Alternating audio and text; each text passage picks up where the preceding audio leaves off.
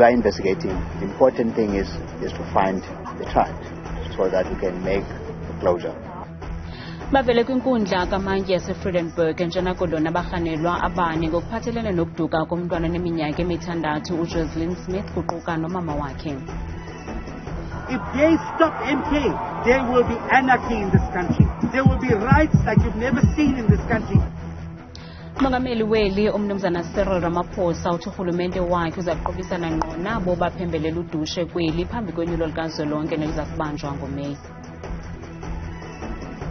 We have prepared ourselves well for this particular derby, and we're going to go out and enjoy ourselves in front of the 100,000 that we expect to come. Sinamkele kwindaba zethu ngokuhlwanje andamba indodwa ndamba nophumza sikhumba noyitolikile ulwimi lwezandla bhotani mzonzondo. Bavele kwinkundla kamantyi eFredenburg eKapa abarhanelwa abane abatyholwa ngokubandakanyeka ekudukeni komntwana oneminyaka emithandathu uJocelyn Smith. Abarhanelwa abaquka umama kaJocelyn uKelly Smith neqabane lakhe uJacques Capolis baza kubuyela enkundleni kwakhona ngoLwesithathu weveki ezayo beyokufaka izicelo zebeyili. Kusenjalo ufumaneke utshile umzimba wentwazana neminyaka eli-17 eyayiduke ngoFebruwari eGugulethu yaye kukho umntu obanjiweyo ngezityholo zokubulala kwesi siganeko.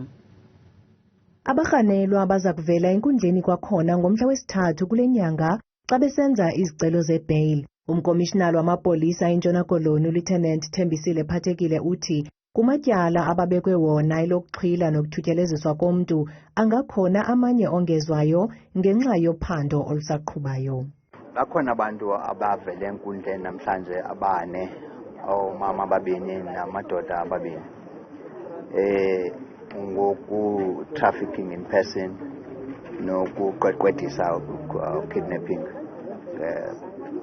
baveleke kodwa ke amanye amatyala nezityholo zingabekwa ezuphando luqhuba lusiya phambili lusibonisa uba siya kwephini icala.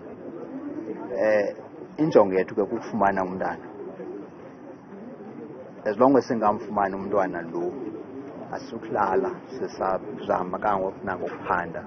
Sicela ke noluntu uba malusincedise ekuzameni ukufumaneni umntana lo ulahlekileyo. Umyeni womnye wabarhanelwa uthi bahleli ngoloyiko njengoko unkosikazi wakhe ebandakanyeka. Siyoyika kakhulu kangoba bangaba besingakwazi besinomuva siyohlala kwenye indawo. Hayi andaba ndingenza kanjani ukuze simuve phana ngoba ke asikho safe ngoba sesijonga kubi ngabahlali kuba ngaba kungathi sinento esiyaziyo ngokusilahleka kwelanto komntana uchiza kodwa siyaziyo ngaloo nto leyo thina. So asikho safe kakhulu ndiyoyika nangoku adleni nabantwana phaa uba ngaba ngenzeka into nanini na kuba loo nto siyasola uba ngaba umfazi wam into ayenzayo. Kusenjalo umkomishinala wamapolisa kweli phondo ukwaqinisekise ukufunyanwa komzimba utshileyo wentwazana eneminyaka eli-17 eyaduka ngoFebruwari eGugulethu. In Grace River, there was a fire in a shack.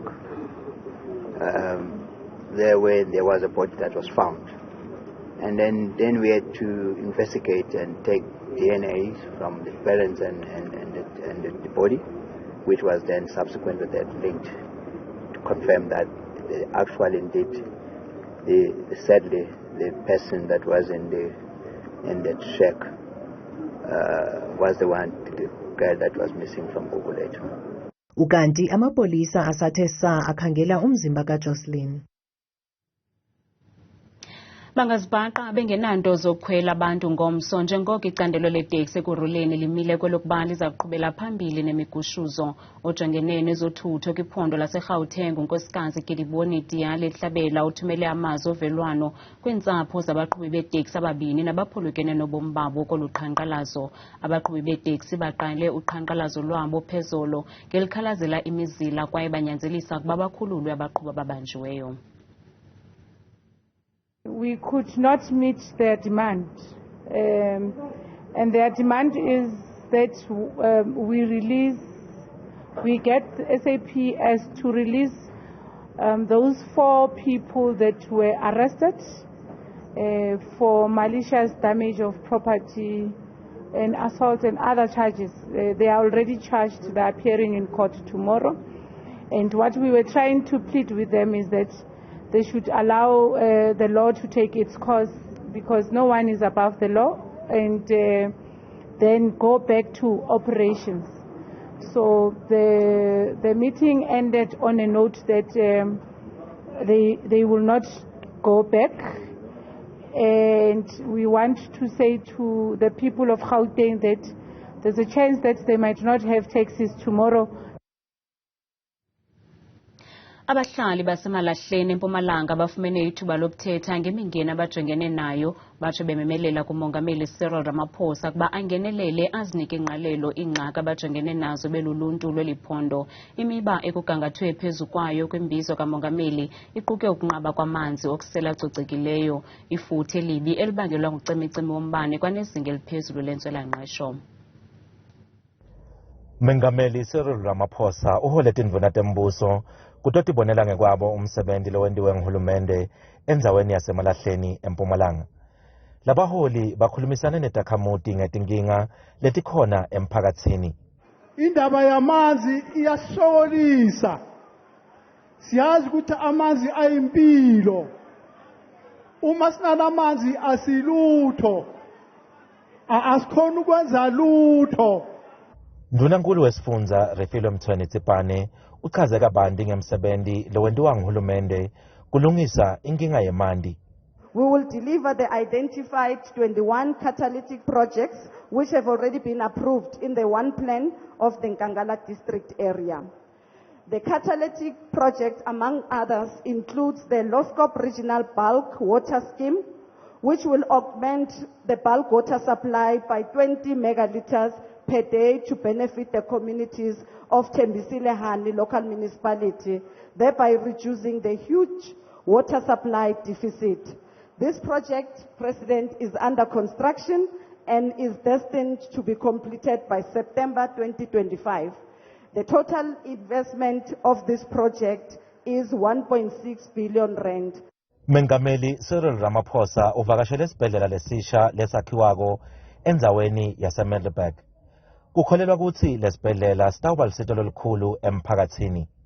Looking at this hospital, this brand new hospital which is replacing an older hospital, this is most impressive. It's a modern hospital, state of the art, and it's going to serve a community of about 330,000 people. And this is development. This is how we are developing our country from a social, from a health point of view, and we're doing it cost effectively as well. Umongameli Cyril Ramaphosa sewunxuse tindvuna tembuso kutsi tiqinisekise kutsi tonke letinkinga letiphakamiselana titfola kunakwa masinyane, ikakhulu inkinga yemanti. Etindzabeni tethu ku Channel 163 lotiletselwa iNewsroom Africa, ngingumweli Masilela eMalahleni eMpumalanga. Kusenjalo umongameli Cyril Ramaphosa uthabathe elithuba lembizo watyityembisela umnwe nabani na onokuthi aphazamisane nonyulo. Ukuthetha oku umongameli emva kwezigrogriso zomkhonto wesizwe zokuba lo mbutho awuphumeleli ukuba kuluhlu lwamaqela ezopolitiko kumqulu wekomishoni yonyulo ezimeleyo uzawudala imfazwe yobukhaya kweli. Ngaphambili ANC yamangalela lo mbutho ngokusebenzisa uphawu lwayo ukuseka umkhonto wesizwe. Umkhonto wesizwe wenze ezizigrogriso zokudala izixholoxholo kuba ngomso lusuku lokugqibela lokuba onke amaqela azawuba kuluhlu lwe-IEC ze avotelwe abhalise kumqulu wale komishoni, kodwa yona i-MK ishiywa lixesha kuba umba wokumangalelwa kwayo yi-ANC usesenkundleni yamatyala. We are sending a loud and clear message that if these courts, which are sometimes captured, if they stop MK, there will be anarchy in this country. There will be riots like you've never seen in this country. There'll be no election. No South African will go to the polls if MK is not on the ballot paper. Ephendula kwezi zigrogriso, umongameli Cyril Ramaphosa uthe unotshe akho mntu unokuvunyelwa agxobhagxobhe unyulo.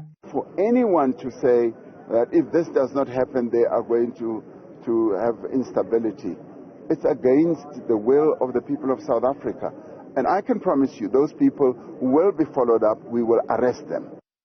Kudliwano ndlebe neNewsroom Africa namhlanje umnumzana Visvin Reddy uthi i-ANC mayizirhoxise ezizimangalo khona ukuze bathabathe inxaxheba kunyulo bengumkhonto wesizwe.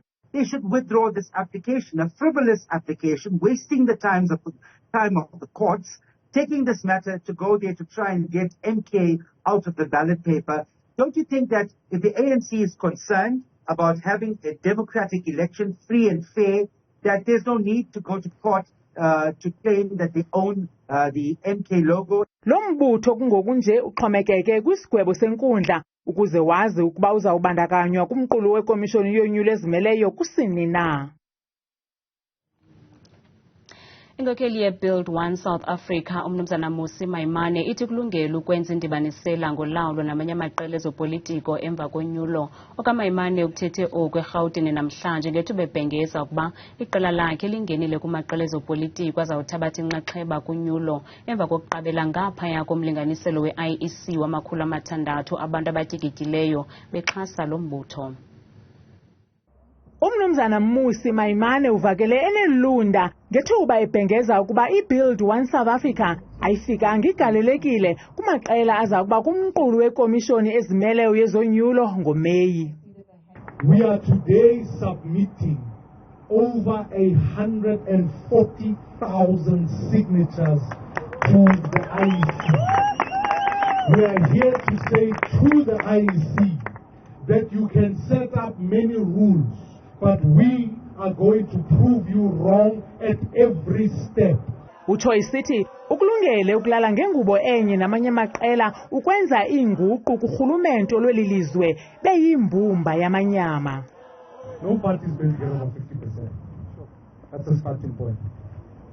So when I say we are running for president, I mean we are going to be the anchor tenant for the parties to come together to form a government that will change South Africa.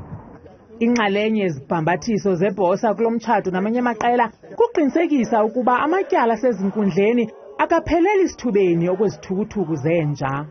In as much as we can find and prosecute those who have murdered artists like AKA, Senzo Meyiwa, 70 other South Africans were killed. But in truth, the conviction rate of murder in this country lingers below 20%. OkaMaimane uthi umsebenzi ajongene nawo ngoku ngokutyala malunga ne120 enkokheli ezawumela i-Build One South Africa kwilizwe ngokubanzi. Kanti abantu baphefumle ngokuvela kwabarhanelwa abane kwinkundla kamantyi ngokuphathelene nokuduka kukaJocelyn Smith.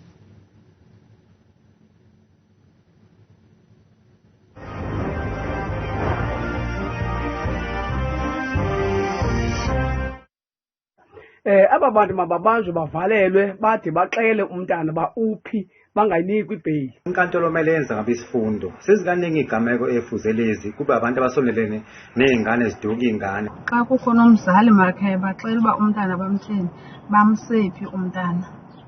Umthetho udlala indima yawo. Hayi nene imihla yokugqibela kuyagwetywa ngoku. Xa kanti kuchaphazeleka nomzali lo womntana ingase inkundla ibathathe ibagwebe ithathe izitixo yozilahlelwandle. Into ekhwankqisayo ke leyo xa kuba naye nomama umntwana nokwakhe uyachaphazeleka kule nto kuba kubanjwe kunye naye. Yho, kusantsulisa amapolisa nje kuhlenyuka kanti kuyaziwa uba naye uinvolve kule nto. Wenza ukhohlakala kakhulu ngapho umama womntwana lo.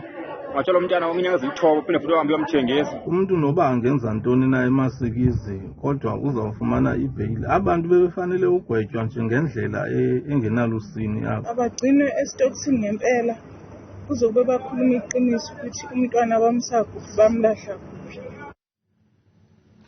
Batsala nzima abaqhubi bezigadla zenkampani Unitrans abaphuma kwiindawo ezahlukeneyo zeli emva kokugxothwa betyholwa ngokuthabatha inxaxheba kuqhankqalazo lwalungekho mthethweni. Emva koko bawuthatha lo mbaba usakwinkundla yomgaqo-siseko kuba besithi uqhankqalazo lwalusemthethweni ngo-2008.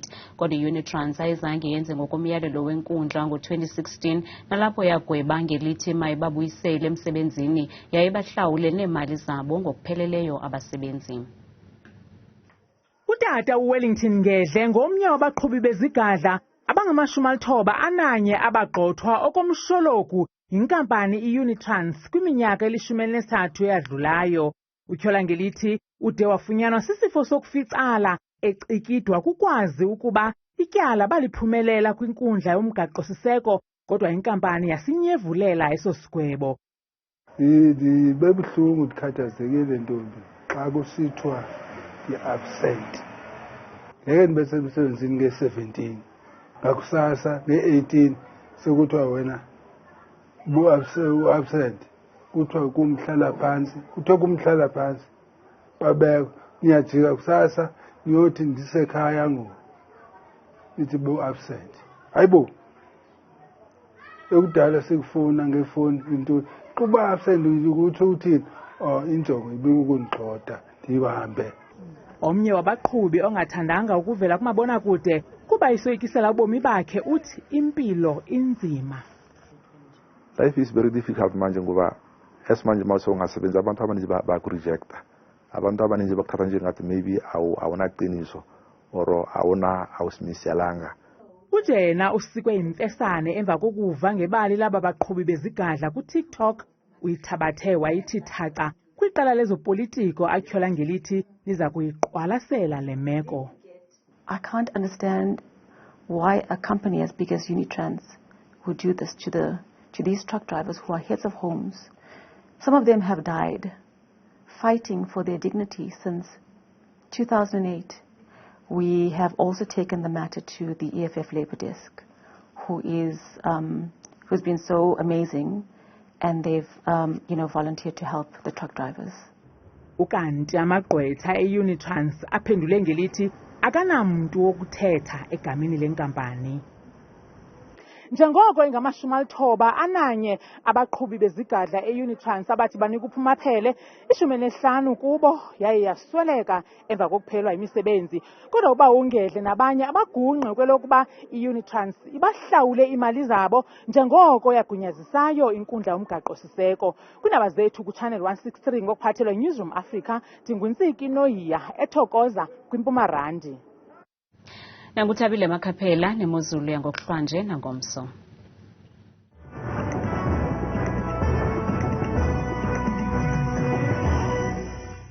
Enkosi kakhulu wethu qothikazi kwideska yakho enkulu kakhulu nendiyihloniphayo mna ndodwa ideska leyo yomqulu wena babethuna kaloku ekhaya mna ke igama lakho kaloku ndikuthabile Makhaphela umthembu. Namhlanje nangomso nantsi kaloku inkayekelo ngokubanzi yemozulu.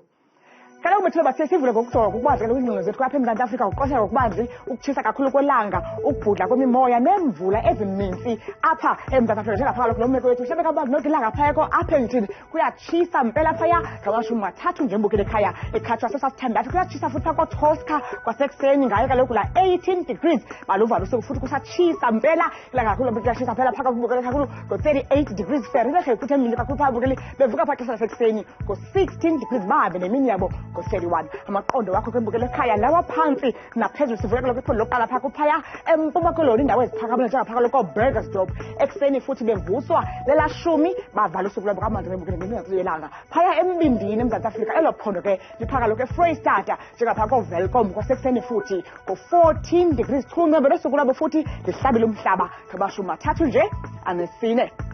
Nantso kaloku imozulu phaa iphondo futhi kusatshona koloni njengaphaa kaloku unqwemeni koFredendal kwasekuseni phaa futhi ngo-17 degrees kuyatshisa phaa ngorhatya namafuja ngephi ka-30 degrees ngo-Fort West ekuseni nokuphondo njekamandi.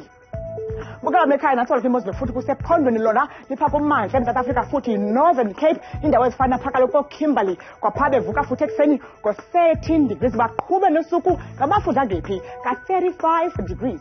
Zibeje nje phaa iphondo mbukeli phaa kaloku eNorth West ngomso njengaphaa kaloku kophaa kwaBloemhof kwasekuseni futhi bevuswa ku-15 degrees bahambe nemini yabo futhi lihlabe kamandi futhi ilalanga liyatshisa mpela phaa ngorhatya ka-35 degrees. Kanti nantso kwimeko apho sikhoyibukele yona ke lelo phondo yiGauteng njengaphaa kaloku embindini kuyatshisa mpela phaya eJohannesburg ngo-30 degrees kanti phaya eSprings ekuseni lishumi lexesha lesithandathu.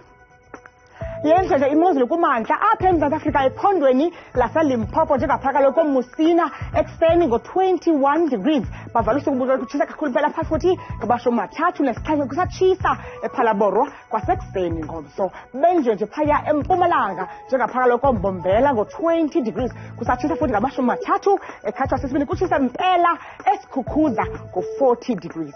Nantso ke bukela imozulu phaya kwiphondo kwasivala imozulu phaya kwaZulu Natal indawo ezifana phaya eLadysmith kwasekuseni futhi ku-17 degrees baqukumbela usuku beluvala ngama-37 Vryheid 17 kanti apha koRichards Bay ngo-23 degrees. Bethule ke mna ungoza ndikuthetha kakaka xesha lemiyole.